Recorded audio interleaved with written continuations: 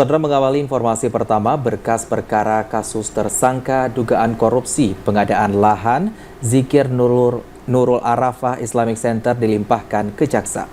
Ya, diduga pengadaan lahan di Kampung Ulelu, Kecamatan Meraksa, Banda Aceh tersebut merugikan negara hingga miliaran rupiah.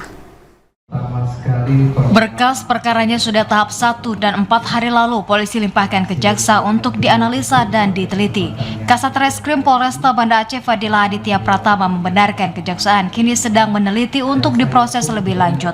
Tersangka yang berkas perkaranya dilimpahkan ke jaksa adalah mantan Kadis PUPR Banda Aceh berinisial MY dengan peran dalam proyek pengadaan tersebut sebagai tim PPTK sekaligus masih menjabat Kabid Penataan Bangunan dan Jasa Konstruksi PUPR.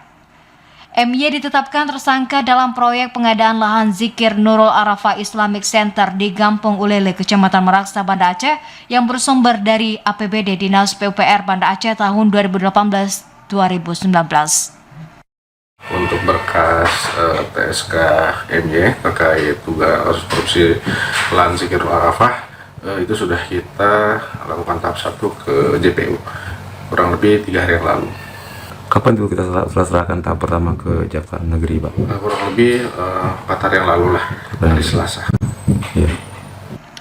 Untuk diketahui, 2 tersangka lainnya berkas perkara sudah tahap 1 pada 31 Juli 2023. Pemberkasannya dalam kasus korupsi ini dibagi 2, yakni ke Cik dan Kasih Pemerintahan Kampung Ulele. Dari hasil audit BPKP Perwakilan Aceh terdapat temuan kasus korupsi yang menimbulkan kerugian 1 miliar rupiah lebih bagi negara dari 3 parsel tanah milik kampung atas dugaan tindak pidana pembebasan lahan tersebut. Dari Banda Aceh, Fajariana TVRI melaporkan.